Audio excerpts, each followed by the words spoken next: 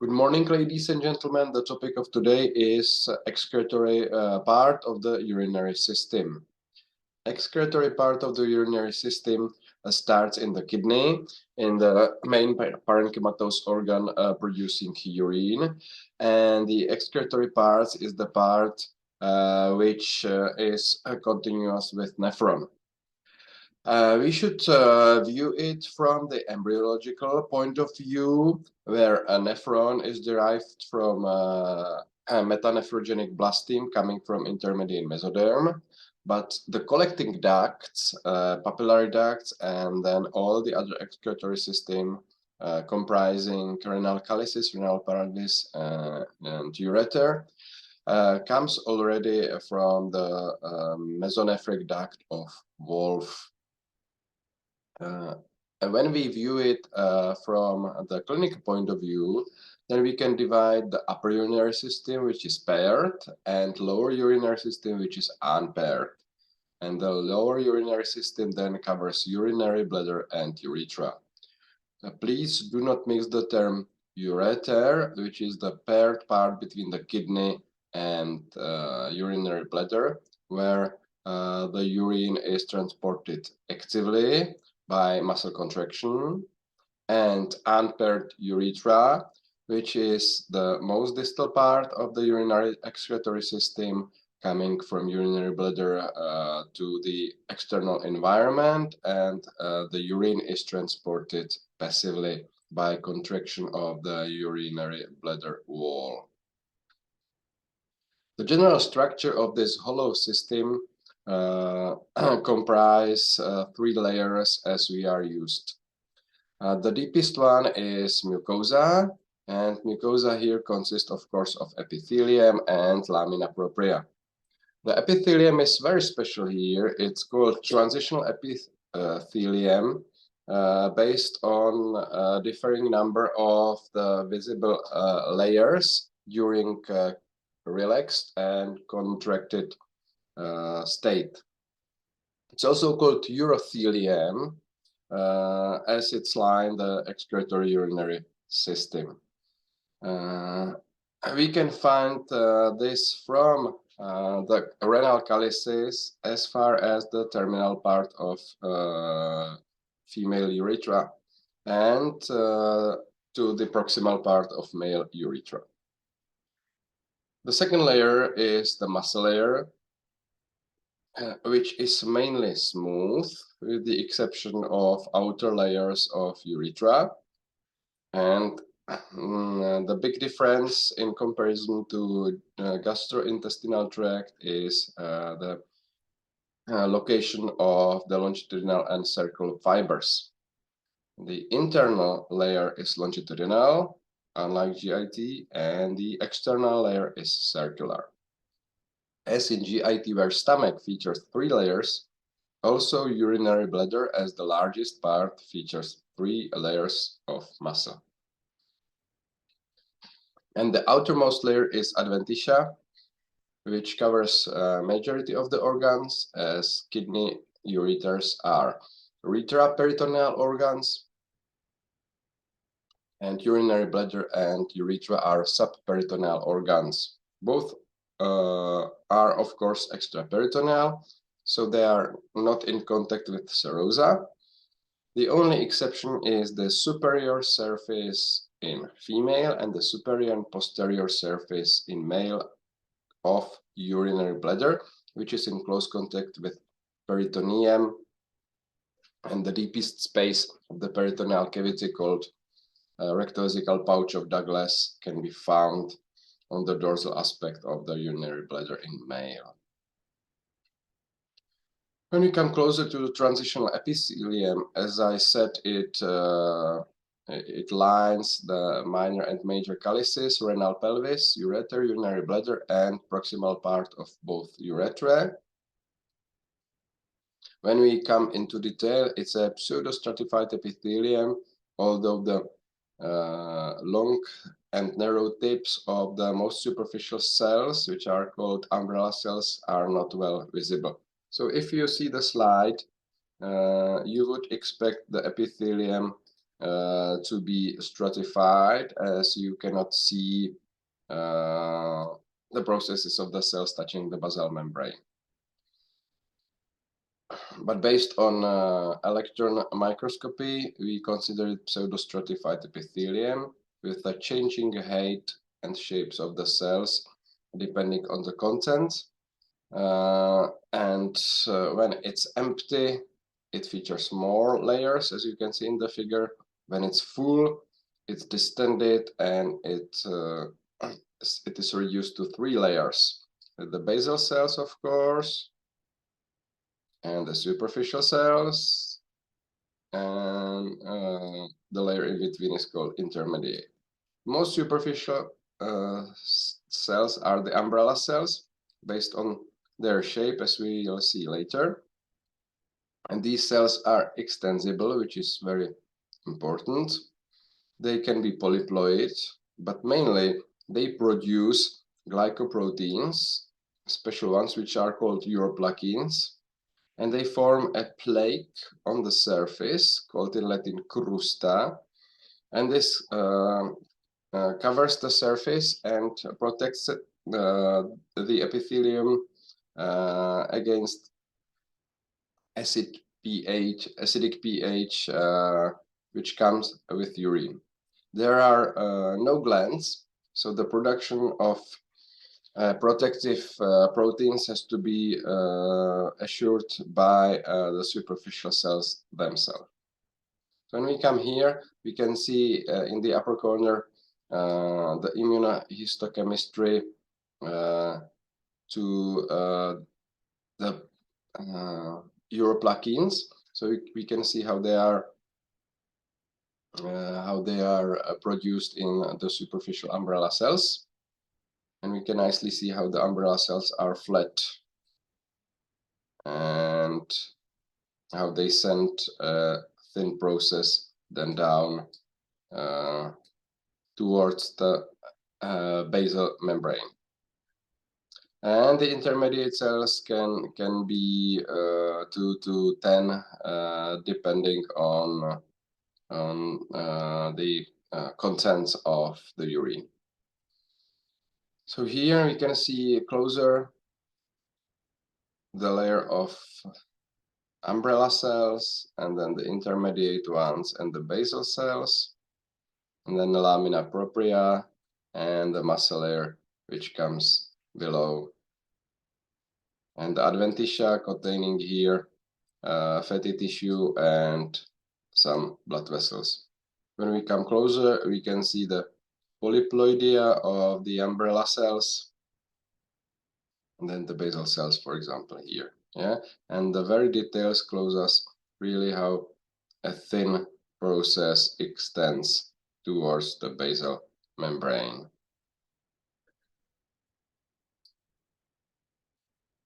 And now we come from microstructure to macrostructure. So the macroscopic view of the renal pelvis and calyces is shown in the lower right corner. What are these structures? They are, it's a system of hollow tubes which starts in renal pyramids. We have the same number of renal pyramids as minor calyces, and the minor calyces are attached to the pyramids from outside, like a gloves on a hand. And these minor calyces then join into major calyces, which are usually 2, and they just are continuous with renal pelvis. We can have 2 types based on the shape, as you can see here. One is called dendritic type. It reminds you of a tree with many branches and twigs, and an ampullary type, which is quite enlarged. There is no clinical relevance to this. It is just a morphological shape. The muscle layer is spirally organized cells which forms a thicker circular layer around the papillae in the minor calyces. That's why it can nicely be and firmly be attached to renal pyramids. In the wall, we can find the pacemaker cells, similar to Kachl's pacemaker cells of intestine. And when there is enough urine in the renal pelvis, it's enough extended, they serve as mechanoreceptors and both the pacemaker cells. So they generate an impulse which causes a contraction of the muscle layer, and the urine spindle is formed, and the urine spindle then travels down from lesser pelvis via ureter as low as urinary bladder. And there can be only one urine spindle in the ureter at one time. And even if we are hanging upside down, like monkeys, still the urine is produced and can be transported from kidney to the urinary bladder. The position of the renal pelvis is at the level of L1, which we know is the level of the hilum of the kidney, but it's located laterally to vertebral column, approximately at the tip of the costal process of the first lumbar vertebra. And all the system is, of course, supplied by renal artery and its branches.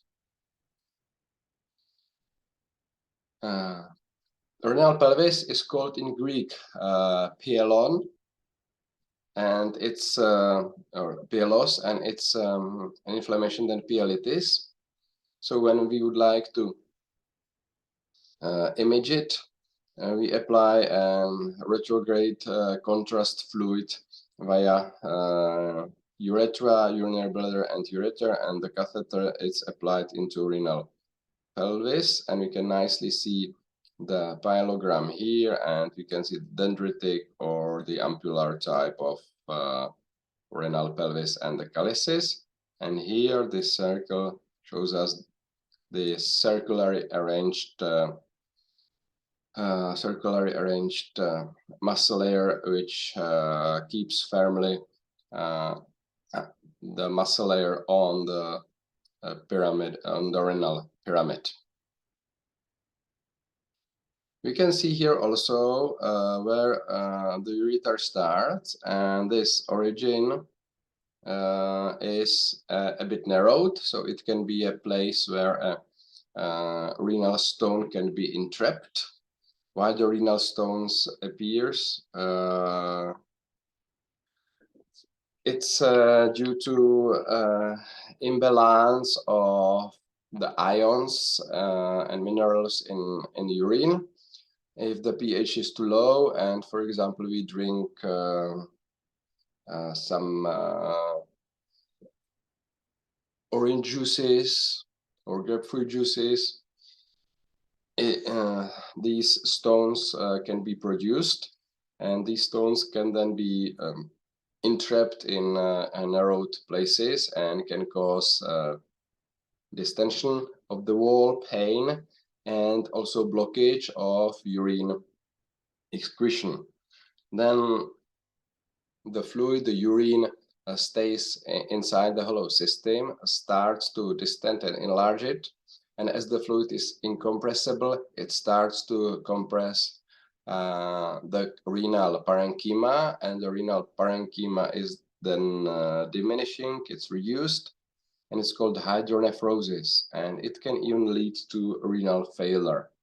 So the stones have to be removed not only due to the pain which they cause, but also to these problems which can cause the hydronephrosis and even failure.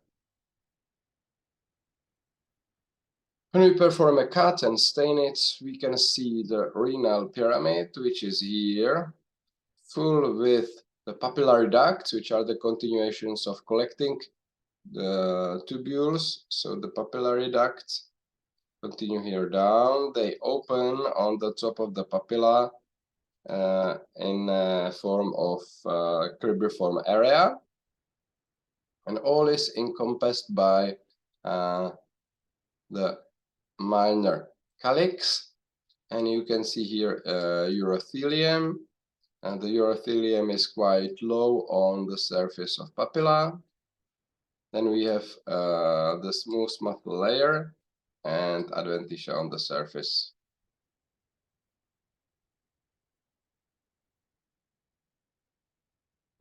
Here it's stained to show us the connective tissue and muscle layer as well. So we can nicely see the transitional epithelium and the muscle layer below.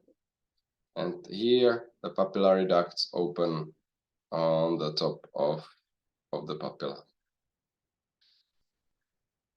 So when we continue from renal pelvis into ureter, we come to a typical muscle tube, which is 25 to 30 meters long and approximately half a centimeter thick when it's empty. When it's empty, we can see folding inside, which enables distending, as well as the transitional epithelium.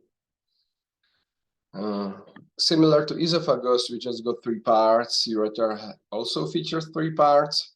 The longest part is in abdominal part of the abdominal pelvic cavity, so we call it abdominal part. Then it crosses the linea terminalis into lesser pelvis, so we call it pelvic part. And then it enters the wall of urinary bladder, so we call it the intramural part. The intramural part is the shortest one, but it goes through the wall in an oblique manner, and it's important for the closure of the vesico-ureter junction, so we'll come to this a bit later. 3 parts, 3 narrow wings. The first narrow wing is at the exit from the renal pelvis, as we said. The other one is when it comes to lesser pelvis, but it's not at the rim of the lesser pelvis, but it's where it means the largest vessels, so common iliac vessels. But it's different on the left and right side. As we know, we have left-sided aorta, so it's closer on the left side to aorta, so it crosses the common iliac vessels. But on the right side, it's farther. So the common iliac artery is already divided into external and internal ones. So on the right side, it crosses the external iliac vessels, usually. And the last narrowed place is the whole intramural part when entering the wall of the urinary bladder.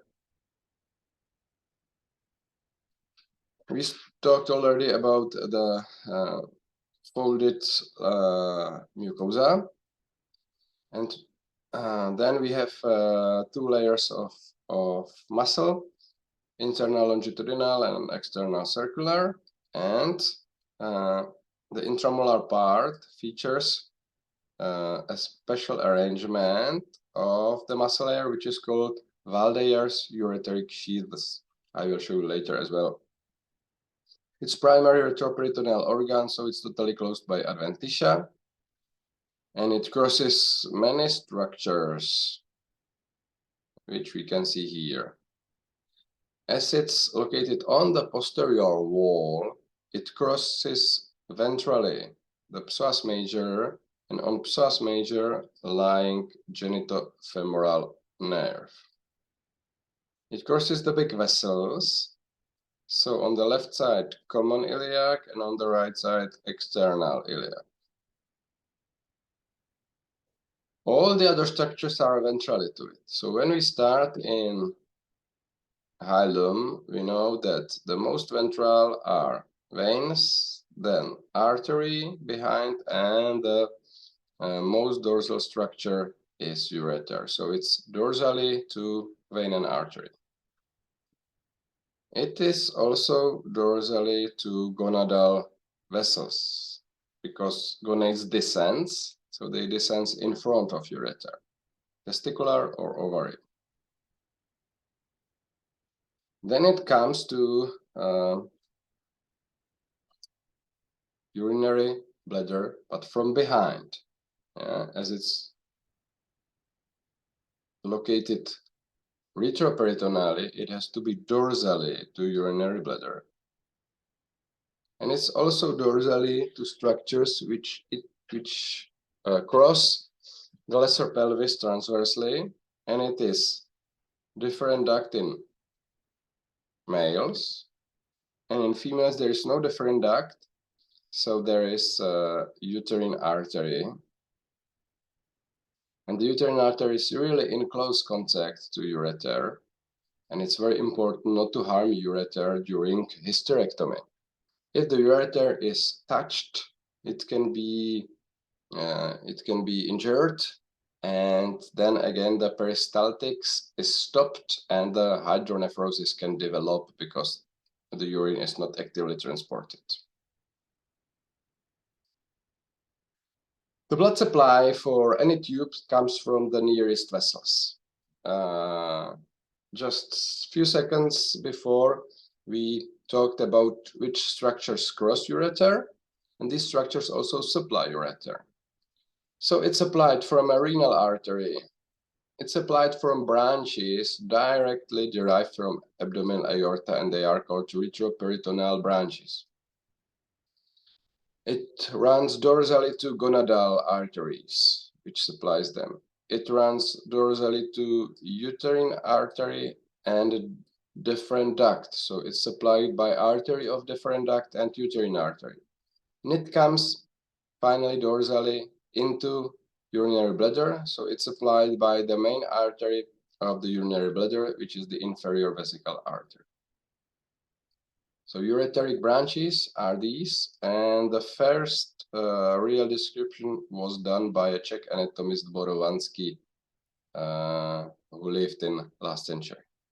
The veins correspond to arteries and drain into inferior vena cava and its tributaries. Also, the lymph is drained to the nearest lymph nodes. So in abdominal area, it's to lumbar lymph nodes, in pelvis, in iliac lymph nodes.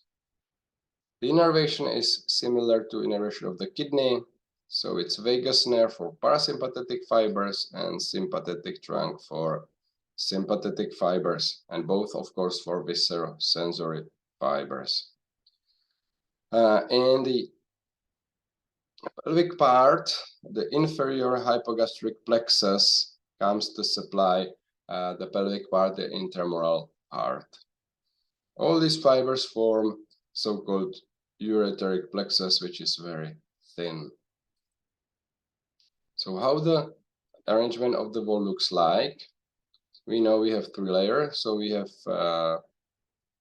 mucosa with transitional epithelium. On the other side, we have adventitia, which is loose connective tissue, fat tissue, vessels, and nerves. And in between, we have two muscle layers, longitudinal and circular. But of course, it's important to know that both of them are spiral, but the angle of their course is close to longitudinal or close to circular. So that's the difference. So when we come to the section and histological slide, again, transitional epithelium here, lamina propria here, and then the longitudinal layer, and a circular layer, and adventitia featuring loose connective tissue. Not much adipose tissue in this slide, but nicely visible vessels. Coming closer, the transitional epithelium is beautiful here, and thin lamina propria. And a vessel which can be visible in adventitia, and of course 2 layers, longitudinal and circular. And coming really closer, we can see several layers of the transitional epithelium here.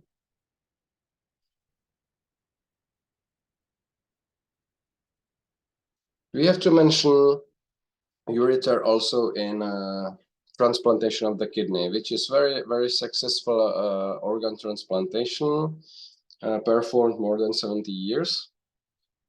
And we need to transfer the kidney. We usually take the right-sided kidney due to from the donor due to longer renal vessels, as aorta is on the left side, so we have longer renal artery, and also on the left side we have more common variations in renal veins.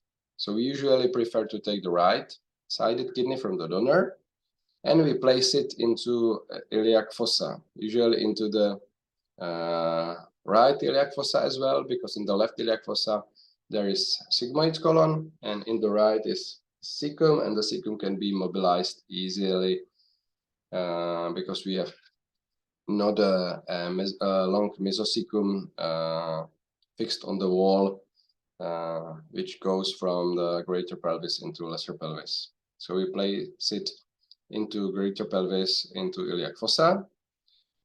And of course, we need to take a proximal part of ureter, so we can then easily fix it.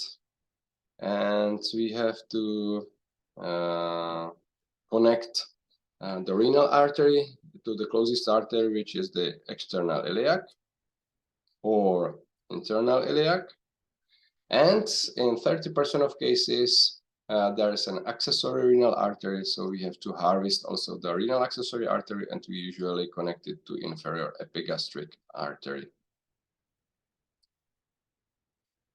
So that's all for ureter, and now we move to urinary bladder, the largest part of the excretory system, which is called vesica urinaria in Latin and urokystis in Greek. It has got several parts. Fundus is this part, which is caudally, unlike stomach. Then we have the rest, which is called body. And then we have the top, which is called apex. At the apex, we can see the insertion of median umbilical ligament, which we also call the chorda of Urachus. What is Urachus? Urachus is a remnant of allantois from the development, connecting umbilicus and urinary bladder, and it is important for us to know concerning the developmental defects. So we talk about apex, corpus, and fundus. In fundus, we can see this triangle, so it's called easily vesical triangle. And the difference between the triangle and the rest is that the triangle is smooth. You can see there are many folds in the wall of urinary bladder. It's again to accommodate half a liter of urine, so we need these folds for distension. It's not in the triangle, as the underlay of the triangle developed from a mesonephric duct of Wolff, but the urinary bladder developed from urogenital sinus. So there's a different developmental base, and that's why the triangle is firmly attached to the underlay and it's without folds. Then we have cervix. The cervix is this part. And in male, as we can see here, the prostate can elevate a dorsal part here, and then this part is then called uvula. The larger prostate, the more prominent uvula. And what is vertex? Vertex is the highest point of a urinary bladder. In case of empty urinary bladder, the vertex is apex. But in case it's distended, then other parts which are located a bit dorsally can move up. So we can see here on the median section that the apex is here, where we have the chorda of Urachus, but the vertex is then located here as the most cranial part. So the vertex is really movable structure, unlike apex, which is fixed. The internal layer is, of course, mucosa with transitional epithelium, and then we come to muscle layer, which features 3 layers. And the majority of the muscle is called detrusor, which means a muscle which empties the urinary bladder. It's innervated by parasympathetic fibers, which comes from inferior hypogastric plexus. The small part of the muscle which is below the triangle is called the muscle of the triangle, but it has no specific function. And in male, we have sympathetic sphincter, and this sphincter, its function is during emission and then ejaculation, because sperms appears here at this pair opening, which is called an opening of ejaculatory duct. So here the deferent duct terminates, and we need to prevent sperms from retrograde flow into urinary bladder, and we want them to go outside the body through urethra. So then the sphincter vesicae is closed during emission and ejaculation by means of sympathetic system. Where the urinary bladder is located, it's in lesser pelvis behind pubic symphysis. In empty state, in filled state, it's get larger, so above symphysis, and in children, it's located even empty above symphysis. So here we can see how the full one is extended above symphysis. It's located behind symphysis, and we can see here a space which is called retropubic space. And we can see here the dorsal vein of penis, the deep dorsal vein of penis, or in female of clitoris, which is coming into this retropubic space. What we can see is also the orifice of ureter, and nicely on the intramural part of ureter. Prostate is located below, and behind we can find 2 structures which then finally join. One is deferent duct, sometimes called vas deferens in English, but we should call it ductus deferens. And seminal gland used to be called seminal vesicles, but it's a gland. So these 2 male genital structures are located behind urinary bladder, and behind them there's a rectum. All these structures then sit on pelvic and urogenital floor here. So that's for the syntropy. Let's come in. We can see here the triangle, and the triangle features no folds, as I said, and the angles are formed by ostium of ureter, which is paired, and internal ostium of ureter, which is unpaired, and we can see the uvula here in male. And the borders are called interureteric fold of Mercier, which is number 6, and Bell's fibers, which is number 7. In case the prostate is larger, then it protrudes from below, and it can leave here a depression, which is called a retrotrigonal fossa. And during maturation and voiding of the urine, it's an space where the urine can be kept and not voided. and it can cause in chronic infection. And that's why the hypertrophied prostate has to be removed. And as I said, the underlay of this triangle is derived from the mesonephric duct of Wolff, but the epithelium and all the rest of the urinary bladder from urogenital sinus. Here down we can see the opening of ureter in a state when the urine comes from ureter into urinary bladder, and in case of emptying the urinary bladder, it's closed. So this is very important vesico-ureteric junction.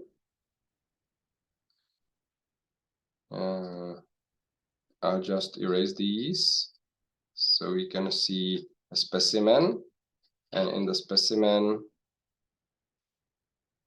we can highlight again the openings of ureter.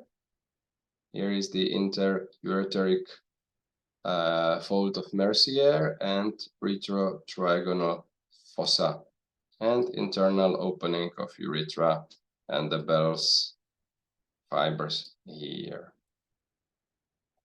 And here is a prostate. So we can move to internal structure. So as we said, folded mucosa except for the triangle. The intramural part of ureter, which is oblique, forms a short fold, which is called ureteric fold, coming laterally above the ostium of ureter.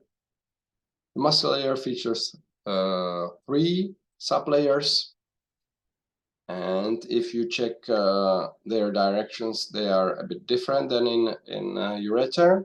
The external longitudinal, middle circular, which mainly forms the sphincter vesicae in males to prevent the retrograde flow of sperm during emission ejaculation, and internal plexiform, which is similar to plexiform internal layer of stomach concerning its arrangement. And the outer layer is adventitia, but urinary bladder is the only exception in excretory urinary system, because its top is covered by peritoneum in both sexes, and in males it also continues, peritoneum continues on the posterior surface as far as the rectovesical pouch of Proust, which is the deepest spot of a peritoneal cavity in male. In females, there's uterus, and the uterus is leaning against the posterior and a bit of superior aspect of urinary bladder. So that's why the peritoneum then continues on the anterior or intestinal aspect of uterus. So there's a bit shallower vesicouterine pouch in female. We know that in female, the deepest pouch is rectouterine pouch of Douglas, which is behind uterus. Concerning the histological slide, we can see transitional epithelium, and then lamina propria, and then we come to the muscle layer here. Closer again, nice transitional epithelium, and then the lamina propria here, and the muscle layer starts here, the plexiform 1. Interesting is that some areas of the transitional epithelium can proliferate into lamina propria and can be even separated from the lamina propria. So they form such clusters, which we call von Brunn's nests. They can be found in majority of urinary bladders, but they are benign. So they are not pathological. Please do not mix them with a gland because there are usually no glands. Do not mix them with any lymphoid tissue or anything else. And information for histology lovers, there can be glands, but a gold rule is that there are no glands in renal pelvis, ureter, and urinary bladder, but inconstantly there can be simple mucous glands located close to ostia of ureter and urethra. Yeah? But as I said, it's really for lovers of histology. That means for future pathologists. We can find sparse diffuse endocrine system cells, and we can find also mucosa-associated lymphoid tissue, which we know mainly from GID as the Peyer's patches, which are clustered ones, aggregated. Here they are solitary and they are quite sparse. So these are structures which you can find and see in your slides accidentally. Another important information, and mainly for clinics, is the arrangement of the intramural part of ureter inside the wall of urinary bladder. You can see that it goes through the wall in an oblique manner. This is not true in kids. In kids, it goes through the wall perpendicular to the wall. So the course is very short and the diameter is quite large. So in newborns and sucklings, what is normal is a bit of vesico-ureteral reflux. During contraction of urinary bladder, the urine returns a bit back up into ureter.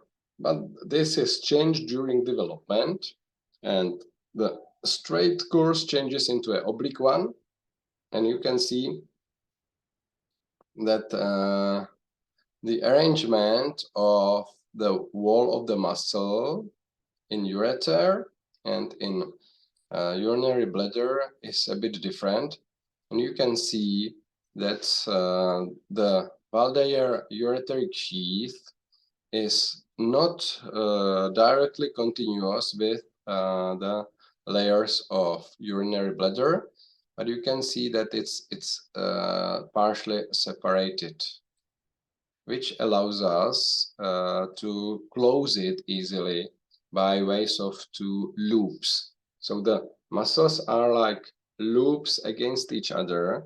So you can imagine it in an easy way that here's like one loop and here the other loop, and it is tightened during extension.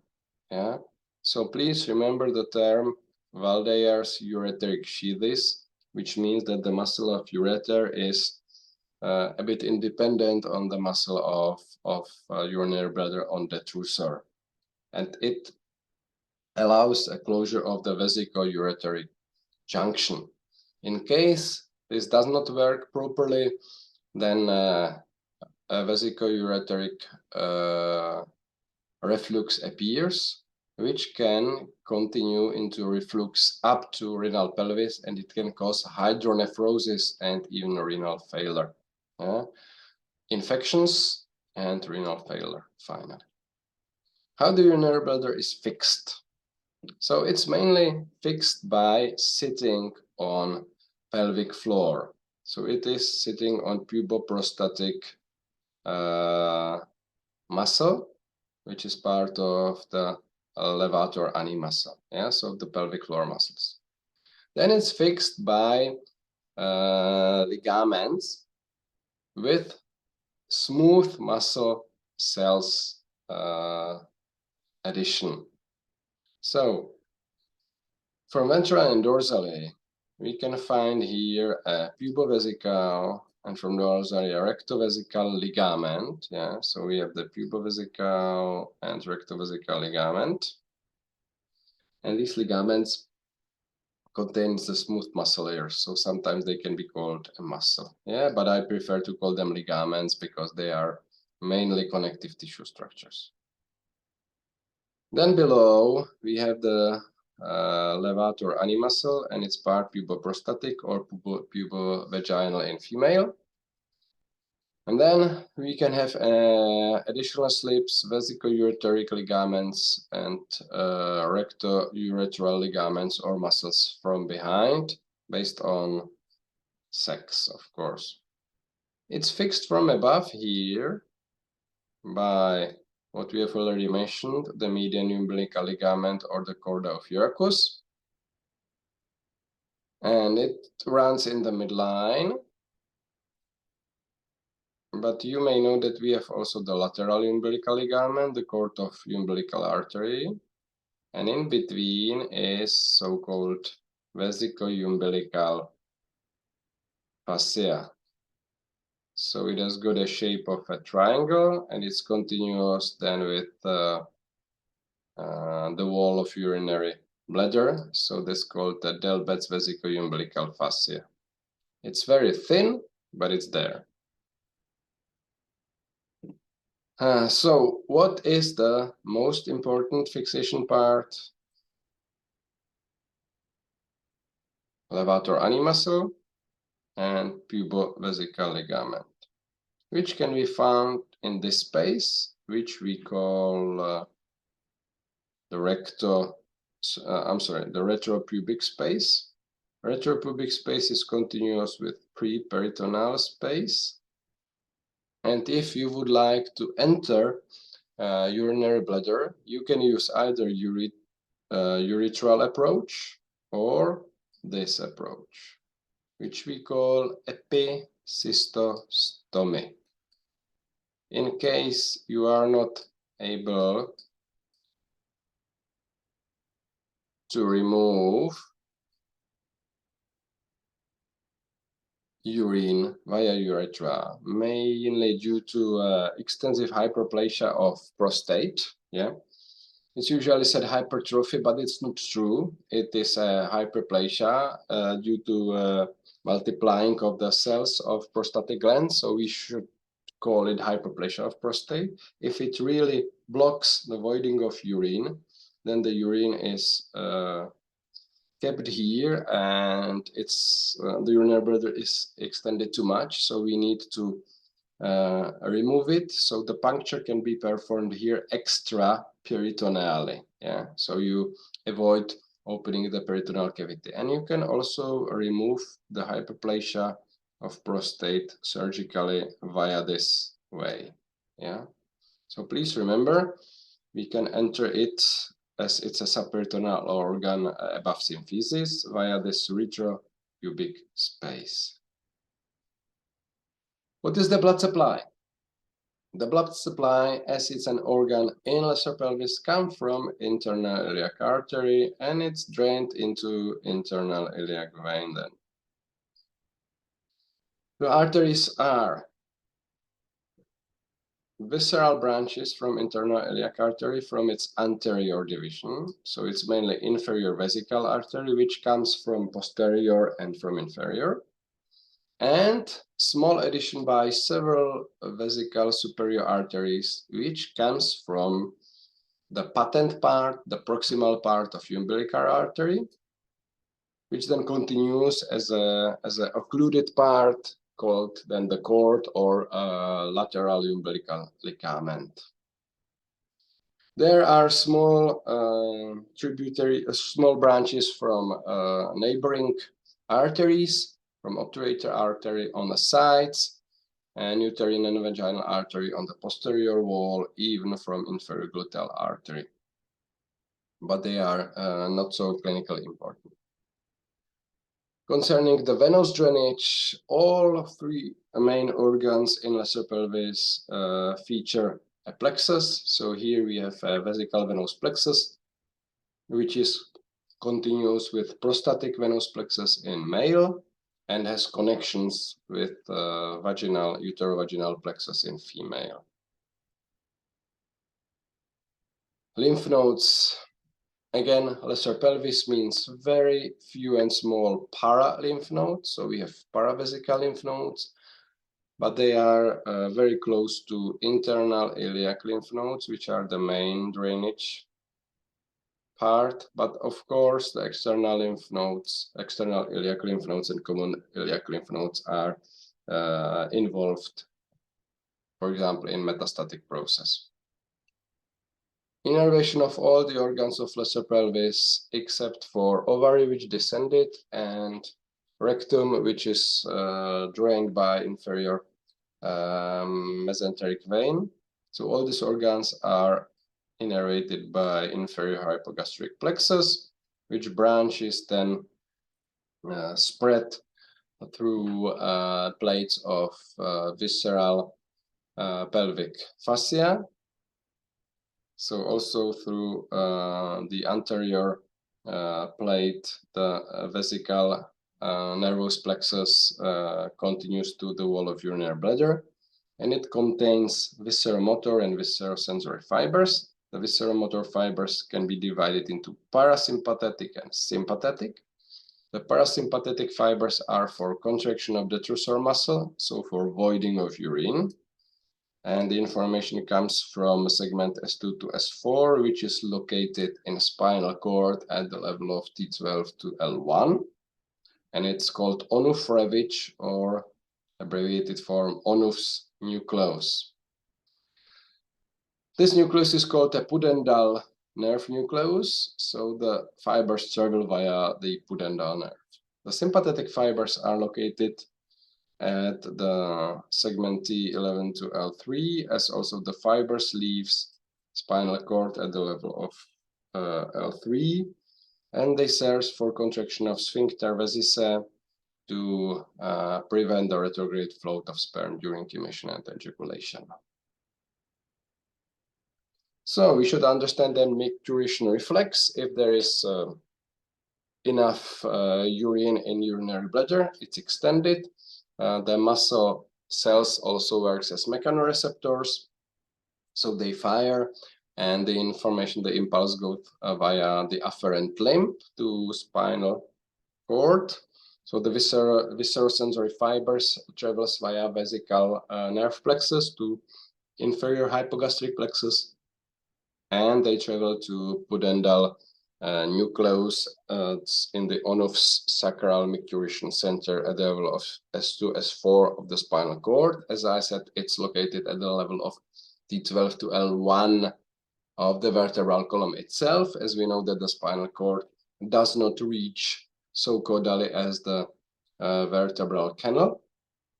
And then the afferent limb leaves the Onuf's nucleus through the same macroscopic fibers, but we call them visceromotor parasympathetic. So again, in inferior hypogastric plexus and vesical plexus back to the trusor. Of course, this is one of the centers. We call it the spinal micturition center, and this is under control of our reticular formation center. It's in pons. It's called a Barrington center of micturition, and this, on the contrary, release the sphincter and the miction after excretory period. And all this is then, of course, managed from our prefrontal cortex, which help us to maintain active voiding. And these centers mature during the second year of our postnatal life. And that's why the kids need napkins. Kids need napkins due to the immature prefrontal cortex. And when these centers are then matured, then we know when to use our sphincters and voluntary muscles to keep or to void urine.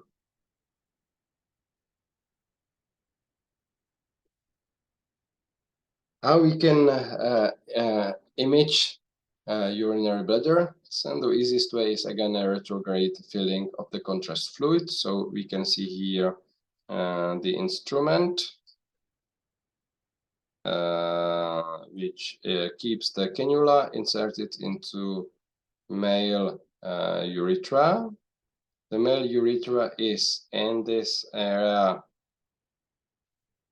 compressed by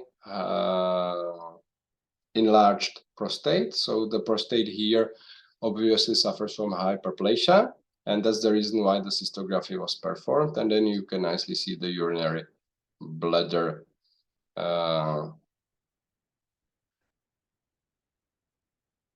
This is at the femur in acetabulum, and you can see the obturator foramen. So the view is, as you can see, oblique from anterolateral view. In here are ascending ureters up. So that's cystography. And just to conclude, we review the syncope. So ventrally is a pubic symphysis. Behind pubic symphysis, we can find the retropubic space of Retzius,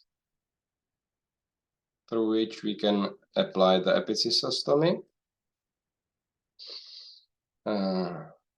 It is covered by peritoneum. As you can see, this layer is peritoneum.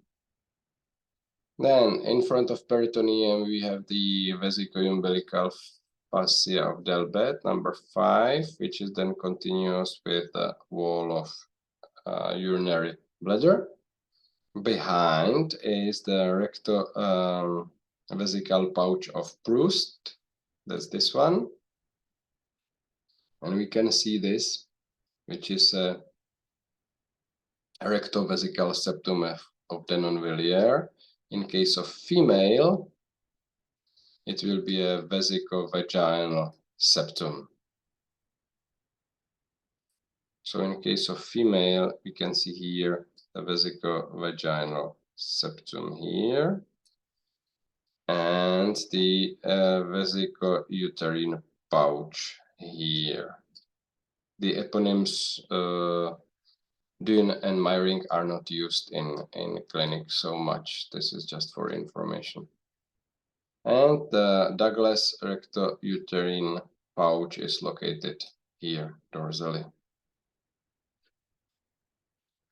What are paravesical fossae? We know that urinary bladder is unpaired. So on its sides, the peritoneum gets deeper and forms two fossae. And the level of the fossae changes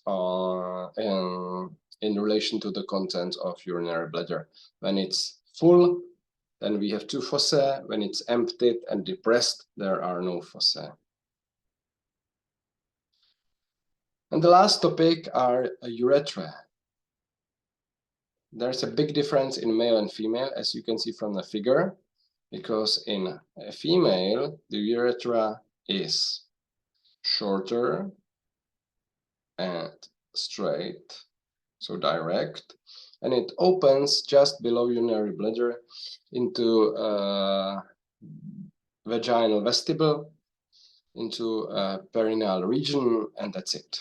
So it's short, straight, and wide.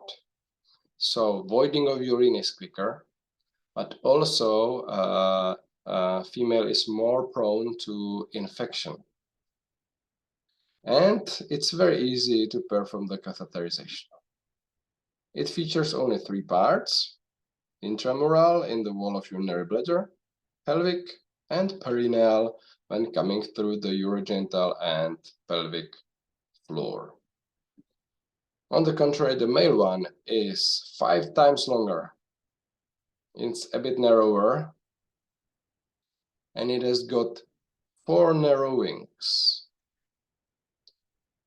When leaving urinary bladder, when passing through pelvic and urogenital floor, then the whole part in penis inside the spongy body, so the spongy part, and then the very end, the external ureteral orifice. We come to this, to these details later during male genital system lecture. This is just to give an overview. So it has got 4 parts, and the 4 parts I'll show you. It's the intramural part, then the prostatic part, which can be narrowed during the hyperplasia, then this part, which we call intermediate or membranous part, so in the wall of pelvic and urethral floor, and then the spongy part, which features ampulla and navicular fossa. It's twice bent, which we can see here, a permanent bend here, which is called subpubic, and we have this prepubic one, which can be manually changed, and it's changed during erection and also during catheterization when you would like to perform a catheter. So you just place it here, and you need just to go through one bend, one curvature. So that's the difference between the male and female. And what about the epithelia? Based again on development, the first parts develop from the upper part of urogenital sinus. So the intramural part in both sexes contains transitional epithelium. In males, the transitional epithelium also continues into prostate. And then should come the stratified squamous epithelium as we come to the surface. So another two parts of female one contains the non-keratinizing stratified squamous epithelium. This is in case of male only in the very end, so in the navicular fossa of the spongy part, so only here. So in male, the squamous stratified epithelium is here, but in female, it's in all here. So you can see the difference. And the rest in male, so the membranous part and mainly the long spongy part contains specific epithelium, which is stratified columnar epithelium. But back to the female urethra.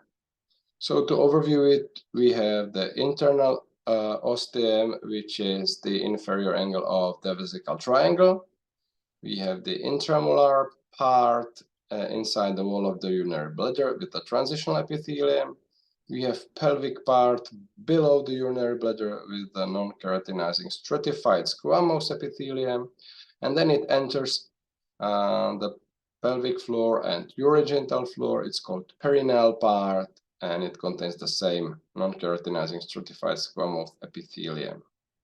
So you can see two different tumors can appear here, two different cancers. It opens as the external urethral orifice or ostium in vestibule of vagina on a small elevation called urethral papilla. And urethra is coming in a close contact with the anterior wall of vagina, and it can it forms a protrusion in the anterior wall of vagina, which is palpable, and it's called carina, urethral carina. Carina means a keel of a ship. It should remind you of that. Well, the internal structure. There are folds, not so abundant and high as in the ureter, but they are low folds. And the low folds can even form here a small crest. Yeah, as the vagina forms crest here, also urethra forms carina here. So urethral crest is on the posterior wall of urethra. Urethral carina is on the anterior wall of vagina. Then comes mucosa with the two different epithelia. And here, because we are quite close to the surface, we need a mucous glands, which produces mucus to protect the epithelium. So we have mucous urethral glands, and they do not open directly. They open in such a sinuses, such gulps, which we call urethral lacunae of Morgagni. And they are clinically very important, as many bacteria can hide there. In case the urine is voided, they just hide in these sinuses, in these pouches, like chlamydia, Neisseria, and all these sexually transmitted diseases. Then comes a very unique layer, a spongy layer, which can be found only here and in vagina. And it contains elastic fibers and venous plexuses. The elastic fibers are very important as they allow stretching and then returning back during voiding and urine, and they serve for continuation of urine, yeah, because the elastic fibers then allows to close the lumen, so they are one of the continuation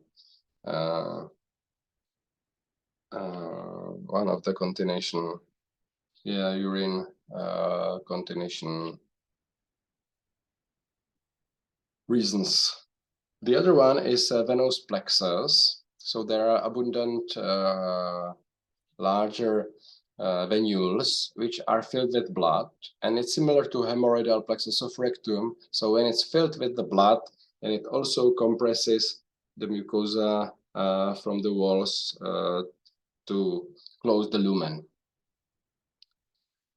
And then at the ends here, we have a small parauretral glands. We come to these parauretral glands then later in a female genital system, and they serve for male ejaculation. Then we have a muscle layer. The muscle layer contains mainly longitudinal smooth muscles. Yeah, they are not so much circular fibers. And then the outer layer is composed of skeletal one, so voluntary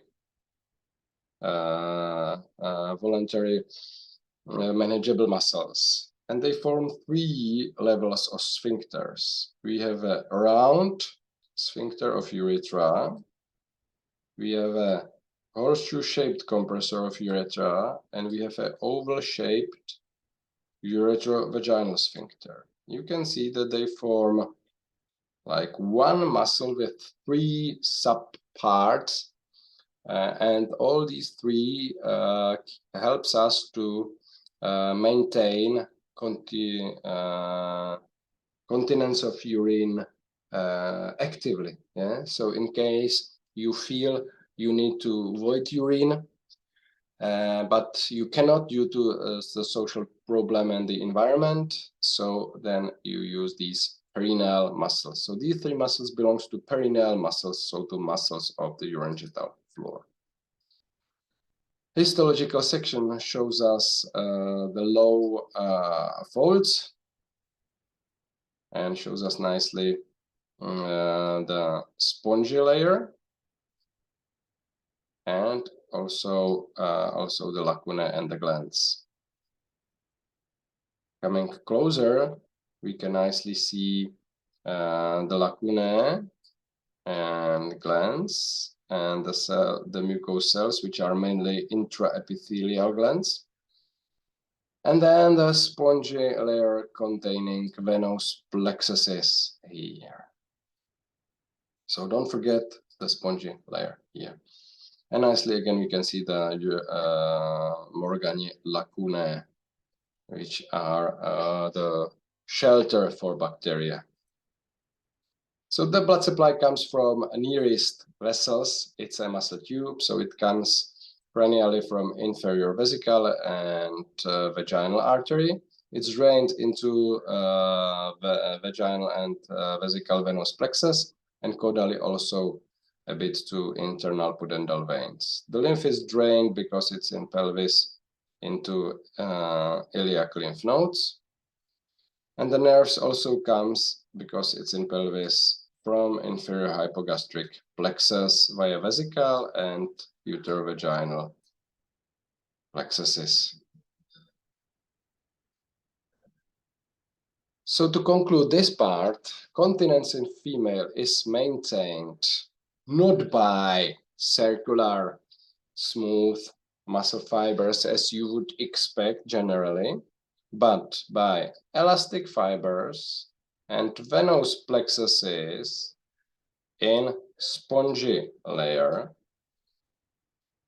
involuntary, and voluntary by striated sphincters of urethra. So external urethral sphincter, compressor of urethra, and ureterovaginal sphincter. And then it's also maintained by other muscles, so by other perineal muscles, and of course by pubovaginal muscle, which is part of the levator ani, so the pelvic floor muscles, and we call these periurethral muscles. So please do not forget about these three components. Of course, there is a smooth muscle layer which adds, but without elastic fibers, veins, and striated muscles, it does not work. That's why the incontinence in female come more often, mainly after repetitive delivery, when there are some peripartial traumas, ruptures of these structures, which then heal with a connective tissue scar, which is not functional. And in older women, where elastic fibers are successively replaced by collagen fibers, which are not elastic, so they allow a continuous leak of urine.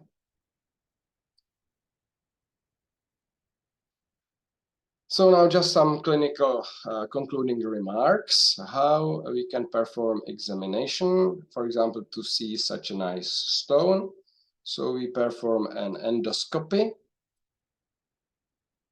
When the endoscopy comes only into urinary bladder, is called cystoscopy.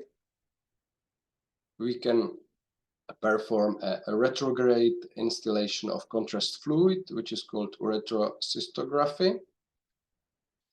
But we can also see how the kidneys works.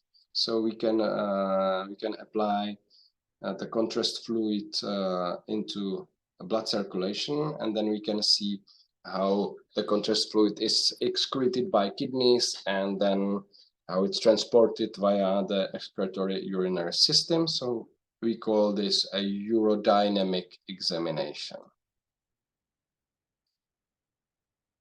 What we can find, for example, this developmental defect, which is called ureter fissus. Yeah, you can see that we have two ureters. That means there should be one kidney here and one kidney somewhere up. So this can be in case of doubled kidney, or the kidney can be even like this.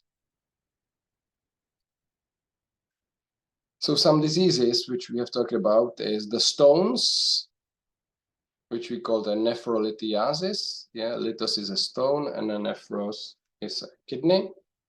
Hydronephrosis, which comes in vesicoureteral reflux. So the vesicoureteral reflux cause not voiding of the urine from kidney. Fluid is incompressible, and it then reduces the parenchyma.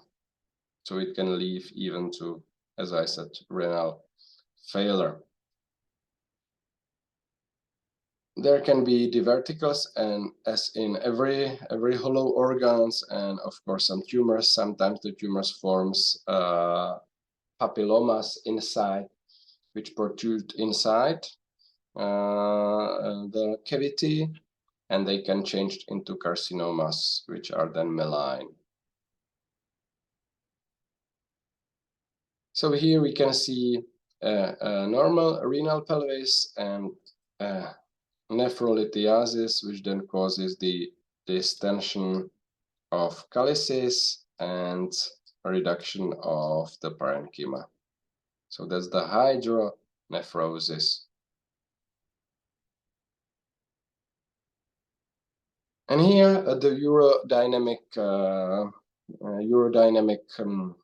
examination, where you can see the kidney. Don't mix the kidney here with the gas in colon. And here a stone and stopped voiding of urine and distended a hollow system, so distended calyces and renal pelvis, yeah, unlike the nice shape of the calyces on this side. Here, nice the vertical of urinary bladder, which you can see on cystography.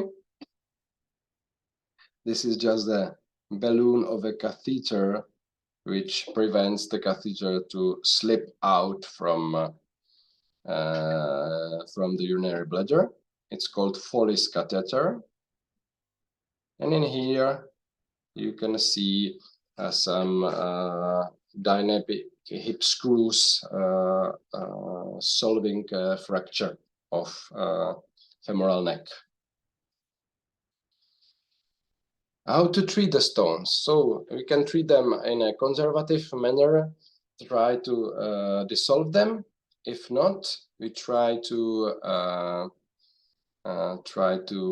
destroy them by an extracorporeal shock wave lithotripsy, which means that you send a really high frequency sound, and it should destroy the stones, and then you piss off the sand from the stone.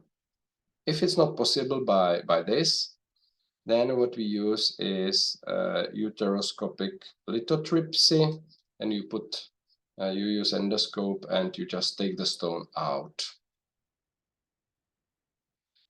In case there is a problem, if ureter, you can even apply a stent into the stenotic part of ureter. And we will conclude with a short overview of the development, which will be explained during the embryological lectures, but I have mentioned some of the terms, so just go quickly through them.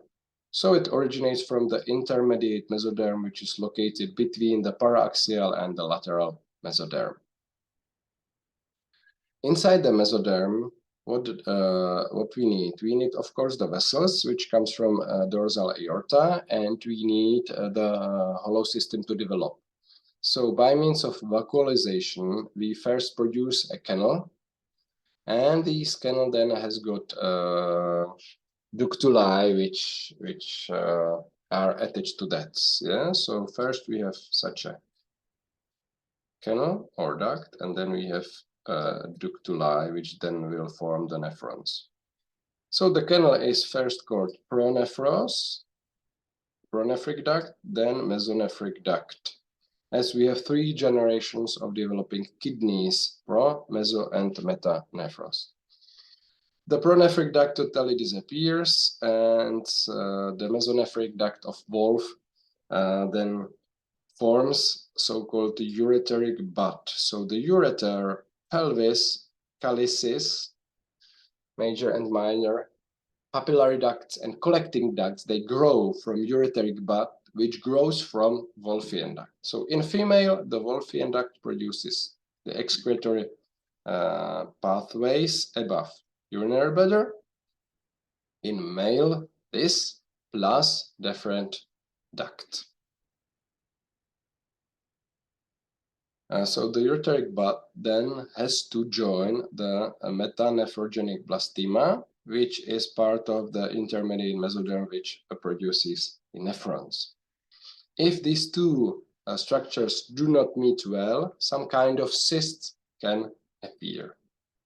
So here we can see the degenerating pronephros, first described by Czech embryologist Jánošík. Then we can see here the mesonephros and the gonade, which also develops inside the intermediate mesoderm. That's why the mesonephric tubuli are then used to produce the efferent testicular ducts and the epididymal duct and deferent duct. And we can see here, because this was pronephros in cervical part and mesonephros in thoracic part, and here a metanephrogenic blastema, into which the ureteric butt then outpouches, and then this will produce the whole excretory system. On the other end, the mesonephric duct of Wolff opens into cloaca, and the cloaca will then separate into by urorectal septum into anal sinus and urogenital sinus.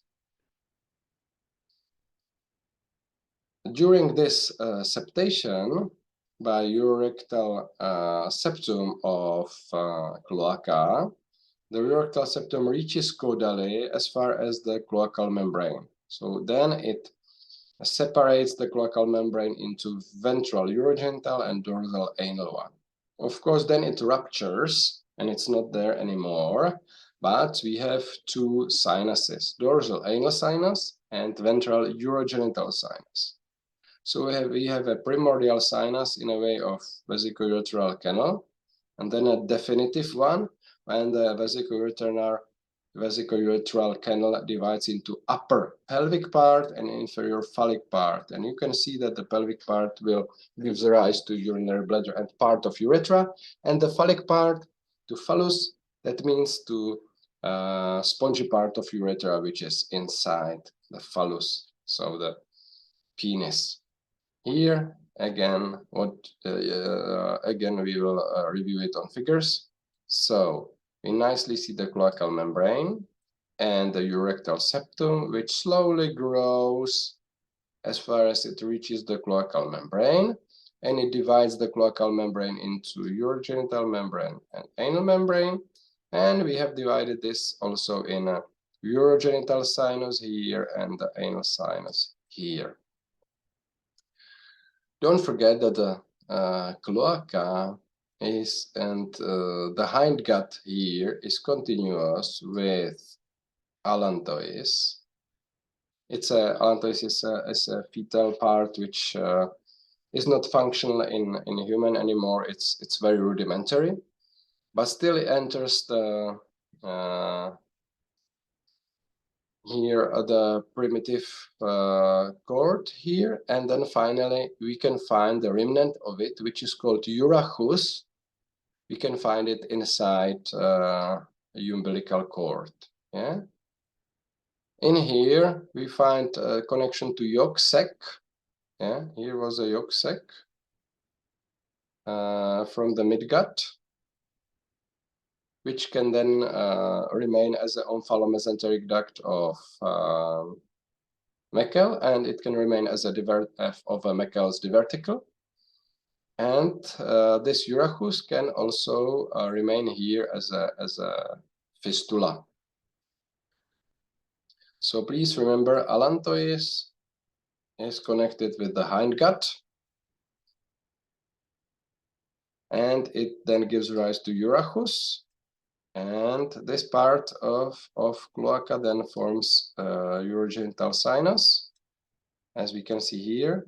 And the urogenital sinus then forms the phallic part and the pelvic part and the future urinary bladder.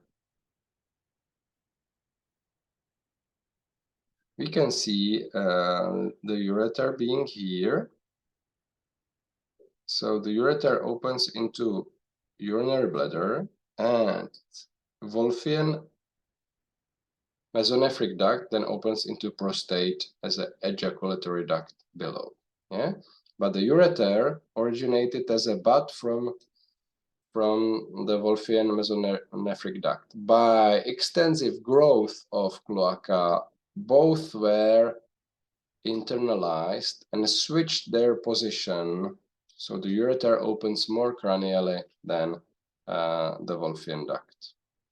So the urogenital sinus functionally has got three parts, as I said. The upper part, the previous allantois then forms urachus and disappears totally, and we have only the medial umbilical ligament there attaching to the apex.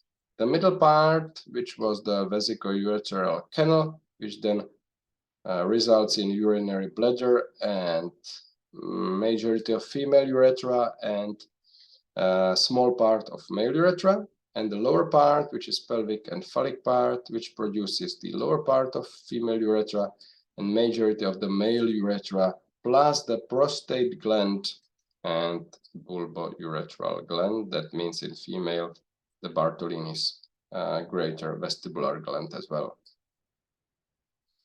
Concerning urinary bladder, epithelium comes from the endoderm of urogenital sinus. All the other layers, so lamina propria and mucosa and adventitia, come from adjacent splanchnic mesoderm, of course. Don't forget about the urachus coming from above, and the material of vesical triangle, except for the epithelium. So everything below the epithelium comes from the mesonephric duct of Wolff. That's why there are no folds.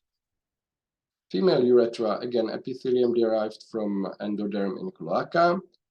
All the other layers from lamina propria, from adjacent splanchnic mesoderm. And the development, proximal portion from vesico-urethral canal, so the upper part of urogenital sinus, lined with transitional epithelium, and the distal part, which comes from the lower third of urogenital sinus, from its pelvic part. It's lined with non-keratinizing stratified squamous epithelia. So you can see here the borders based on the embryological development. Yes, that's why different epithelia. In male, urethra is more complicated. The epithelium up comes from the endoderm as well. And as for the development, it's more complicated. The first 1.5 part, that means the intramural part and upper half of prostatic part, comes from mesonephric duct of Wolff. So it's similar to the vesical triangle development. But lower half of prostatic parts and intermediate part, it corresponds to the female distal part, so it comes from the pelvic part of urogenital sinus. The big spongy part, which is inside the spongy body of penis, plus the bulbourethral gland, comes from phallic part of urogenital sinus. And the very end, which forms the navicular fossa, it starts as a bud from ectoderm, and it's internalized inside. So it forms such a glandular plate and it on the glands of penis, and it grows inside, and that it gets its lumen. That's why it's already lined with non-keratinizing squamous stratified epithelia. Okay, unlike the spongy part, which contains the stratified columnar epithelium. And all the other layers except epithelium are of course derived from adjacent splanchnic mesoderm, yeah, the muscle layers, the connective tissue, and so on. Why we learn this? To understand the developmental defects. So we know that we can have a doubled kidney and the different shapes and positions of the kidney. So we can have a doubled ureter or a bifurcated ureter, which we call a ureter duplex and ureter fissus. We know that the anterior abdominal wall develops from 2 parts. And now we talk about the inferior one, and the inferior one develops from the sides, which has to fuse. If they do not fuse totally, the patient suffers from gastroschisis, which is a really terrible one, as there is an inborn big hernia of all the intestines. But it can have a milder grades. So only urinary bladder is opened to the anterior aspect. It's called exstrophy of urinary bladder. So you directly see inside the bladder. And in case this merging of the inferior parts of the anterior abdominal walls does not happen, The really mild stage is epispadia, which means that there's an opening of urethra on the dorsal aspect, so the on the dorsum of penis. So on what you can see from ventrally, we call dorsum of penis. So the epispadia can appear. These are quite rare. Unlike hypospadia, which is a developmental defect of male urethra, and it comes from non-merging of urethral folds. So then the opening of urethra can appear on the inferior surface of penis, which we call the urethral surface. But we come to this later in the male genital system. So that's hypospadias. That's the most common developmental defect in counting in 1 to 200 young boys. Concerning urachus, we said it's a remnant of allantois and it can continue into umbilical cord. If it's opened, it forms a fistula, and during maturation of a newborn, you can see urine coming from the umbilicus.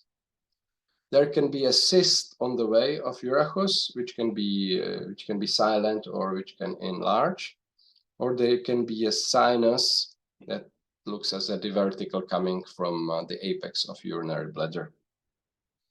And if there is not a good partition of urethral sinus, fistula, congenital fistula can appear between urinary bladder and uterus or urinary bladder and vagina. So here we can see ureter fissure, and in case of ureter fissure, more often a problem with entrapment of the stone and nephrolithiasis can appear in this area. Yeah? In this case, we have just a duplicated renal pelvis. So ureter fissure can appear either in case of one kidney having two pelvises, or in case of having two kidneys which are joined here. So that's all for today. Thank you very much for the attention and have a nice day. Bye-bye.